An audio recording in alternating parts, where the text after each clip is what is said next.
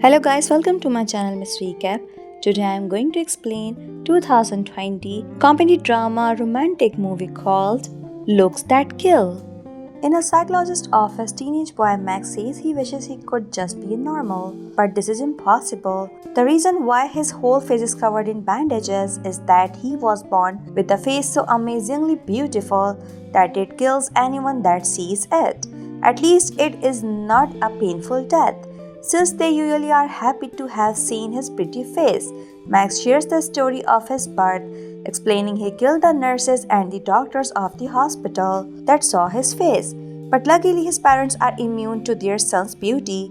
The studies made that they revealed that this face is so beautiful that it causes a surge in hormones that immediately ends a person's life.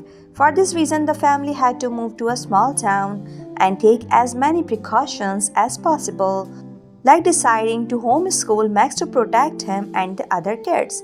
Unfortunately, this resulted in Max growing up lonely and very sheltered. He is also awkward when interacting with people. His hobby is unusual too. He likes to do embroidery. The psychologist does not believe the story and forces Max to reveal his face. Suddenly, Max's parents hear a strange noise coming from the psychologist's office. When they rush inside, they find Max putting on his bandages again and the psychologist dead on the floor. Soon the police show up and warn the parents that they can't keep ignoring these deaths as accidents, so Max should be more careful or he will end up in jail. While the others talk, Max sees a brick and picks it up to bring home. Later at this house, Max's parents tell him they don't like him being at home all day and ask Max's only friend Dan to sign him up on a dating app, which annoys Max. Afterward, in his room, Max asks Dan to hit him with the brick so he can stop being deadly beautiful. When Dan gets too distracted his phone and the notification from his dating apps, Max throws it to the ground, causing Dan to hit him like he wanted. Max ends up in the hospital with his mother, and in the waiting room, the mom reads in a magazine that they are looking for families to be hosts for exchange students, which could be a chance to bring another teen to the house for Max to have a friend. Max hates the idea and goes looking for another magazine, only to find the rack empty. A girl named Alex has the last magazine and decides to share it with him, prompting the two teens to chat for a while before Max is called by the doctor. Sometime later, Dan decides to try to cheer Max up by getting him a blind date. They meet the girl at the restaurant and Dan does some chatting to break the ice. But as soon as he leaves, things become incredibly awkward. The girl is clearly wary of his appearance, so to appear more friendly, Max gifted her a handkerchief that he embroidered with her name.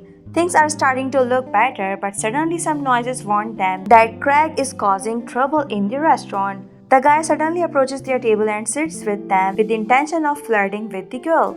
But he sees Max's bandages and realizes he is the guy from the deadly stories.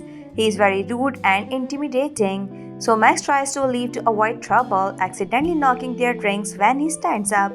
Craig throws the handkerchief in the liquid to make fun of Max and keep pressuring him to reveal his face, going far as pushing him against the table to oblique him. Thankfully, the restaurant staff uses that moment to finally kick Craig out.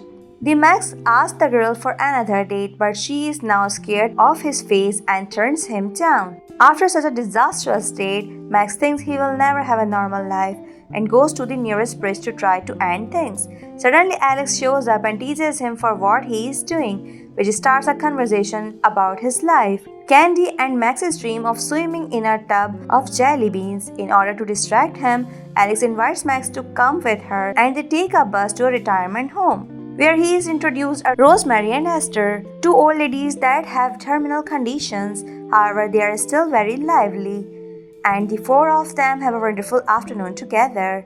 While sharing tea and snacks, they learn Esther is trying to write one or more books before she dies, but it's hard because of her Alzheimer's. After leaving the retirement home, Alex walks Max home and Max wonders if they can see each other again, but Alex says no. Sometimes later, Max is hanging out with Dan, who tells Max that he should not give up. Since Max can't look for Alex on social media because he does not know her surname, Dan thinks he should hang around the spots he saw her at and try to bump into her. That night, Max makes an embroidery design about the bridge movement. The next morning, Max decides to return to the bus stop and realizes Alex missed her ride on purpose. Alex is a bit wary of him at first, but then she agrees to have fun together. They go to the store and buy a lot of jelly beans to fill the tub in Max's bathroom. Finally fulfilling his dream prompted by this, Alex confesses she would love to swim in a river of jello. While enjoying the candy bath, Max finally lets her know about his deadly face, but Alex already suspected he was the guy from the stories. In return, Alex explains she has a rare cardiovascular disease that makes her allergic to epidorphins. Excitement causes inflammation, and that causes her heart to grow. Then Alex shows that under her jacket she must always wear a monitor that tracks her heart size and explains her body rejects emotions. For now, she is on an experimental medication to solve it. Hearing all this makes Max feel he finally has someone that understands his situation. Afterward, they go to watch a movie and get drunk during it, laughing at any single detail. Then they go to Max's home and Alex gets to admire his embroidery, which makes her ask him to make a design of her someday. Suddenly, Alex comes too close to him and takes off his sunglasses, which scares Max for a second. Fortunately, his eyes alone can't kill people, and now the two teens are having a sweet moment that could end with a kiss. Unfortunately, at the moment, Max's parents arrive and ruin the moment. The teens quickly pull apart, but the parents can tell what's going on and are in shock. Max's mother is so happy that Max finally met a girl and she hugs Alex.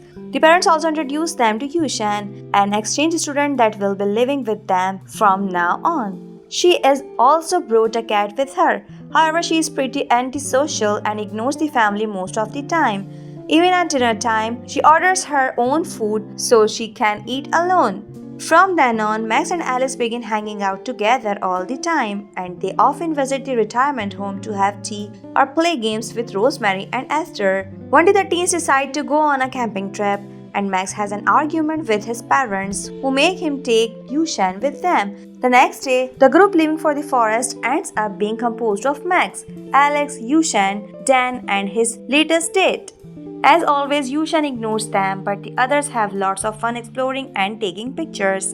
When Alex accidentally hurts her hand with a branch, Max cuts some of his face bandages to wrap up her wound, which makes Alex's heartbeat a little faster. Later in the evening, they set up camp, and Dan and his girl hide under a blanket for some privacy while Yushan sleeps. Max decides to follow Dan's example and throws a blanket over himself and Alex, then prepares a surprise. He tells her to close her eyes before he covers them with a bandage. Next, he grabs her hand to make him touch his face and have an idea of how he looks.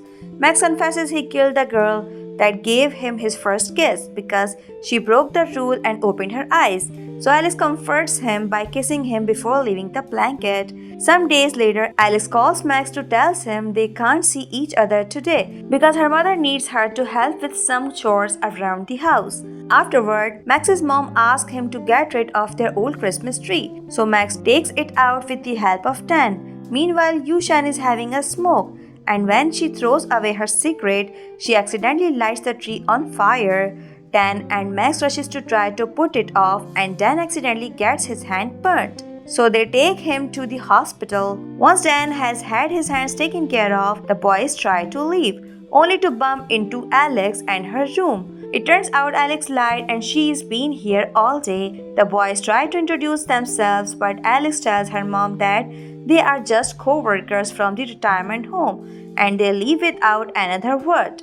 The next day, Max goes shopping with his dad and wonders how he can tell if he is in love. The dad tells him he knows his son likes Alex, but it may not be obvious to her, so he should tell her directly. In the afternoon, Alex and Max hang out again, and Alex explains she had to lie yesterday because her mother does not like her having friends, thinking too much excitement may kill her. Her mother only approves of the retirement home because it's a boring place. Afterward, they visit the retirement home and are devastated to learn that Rosemary is dying. They visit her in her room and discover she is being kept alive by machines. which disgusts Alex because she thinks people should be allowed to die with dignity. She asks Max to show his face to Rosemary so she can die in peace. And when Max refuses, so Alex leaves alone. Thinking about how Rosemary is suffering, Max changes his mind and returns to the room, where he calls Rosemary's name. As she opens her eyes, he starts removing his bandages, and Rosemary realizes what's happening, so he never stops him, dying with a soft smile on her face. After this incident, Alex stops answering Max's messages and he does not know what to do. His parents try to offer some advice, but this only ends in an argument and Max leaves to hang out with Dan. His friend has big news: there will be a party at a local school, and Dan thinks Max should go even if he is homeschooled. Max is too nervous to do anything, so Dan takes his phone and sends Alex a message to invite her to the dance. Since he does not get an answer, Max goes to Alex's home to ask why she is ignoring him. Alex confesses that the experimental medicine is not working and her heart keeps growing larger and larger. They argue over the fact she is been pushing him away, but Max stays supportive and Alex finally accepts to go to the dance with him. On the day of the party, Alex shows with two funny costumes she got from the adult store. She will be going as a maid, and for Max, she got a dog mask and a horn so he can be a horned dog. When they arrive at the school, they have lots of fun dancing and flirting together. At first, the music is fast and catchy, but then it changes into a slow romantic tune that brings them closer. This intense moment makes Alex's heart start beating dangerously fast, and it makes her nose bleed, so she rushes out to take care of it. While Max waits, he hangs out with Dan and his date. But the moment is interrupted when Craig comes over to bother them. He is jealous that Dan is dating his ex and wants revenge for what happened at the restaurant. So while his friends grab Dan, Craig grabs Max and takes off his mask, which immediately kills Dan's date. People start panicking while the police arrive to arrest Max, putting a bag over his head. On his way out, he notices Alex is being taken away by an ambulance. That night, Max is kept in a cell. The next morning, Max is freed and he goes to the hospital, where Alex's mom hugs him to share the pain. Then Max visits Alex and learns that she had lied the entire time. She had been minimizing her illness. It turns out she actually had a terminal condition, and she has known since she was a child that she would die around this age. Alex only has a few days left and hates being connected to a machine at the hospital, so she asks Max to reveal his face for her. Max refuses because he does not want to see her die and snaps at her, explaining he's watched people die all his life and it's taken a toll on him. Then he leaves, refusing to hear her any longer. When Max gets home, he feels so upset that he uses the brick to get plastic surgery, but his parents immediately come to stop him.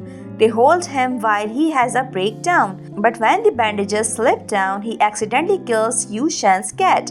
In the following days, Max ignores all of Alex's messages. Sometime later, Max joins Dan to pay their respects for the dead girl.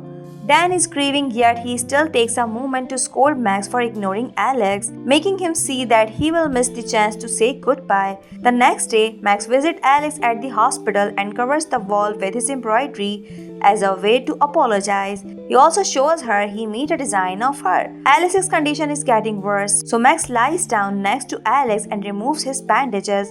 Then they close their eyes as they share a kiss, expecting the worst to happen. When Max opens his eyes, he is shocked to see Alex is still alive. However, she is so incredibly happy about finally seeing the real Max that her heart can't take it and she still dies.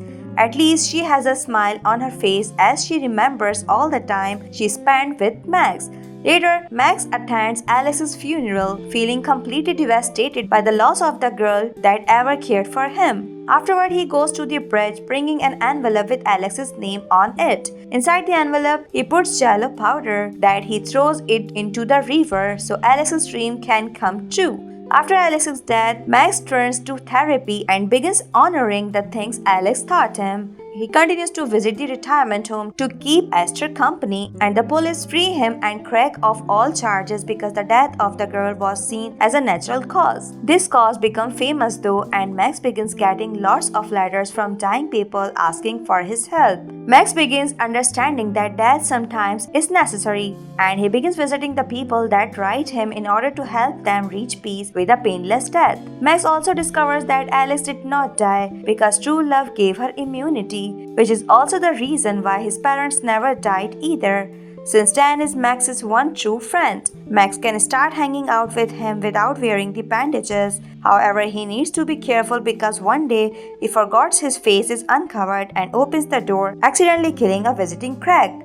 The movie ends here. Thanks for watching. If you like it, so please don't forget to subscribe my channel.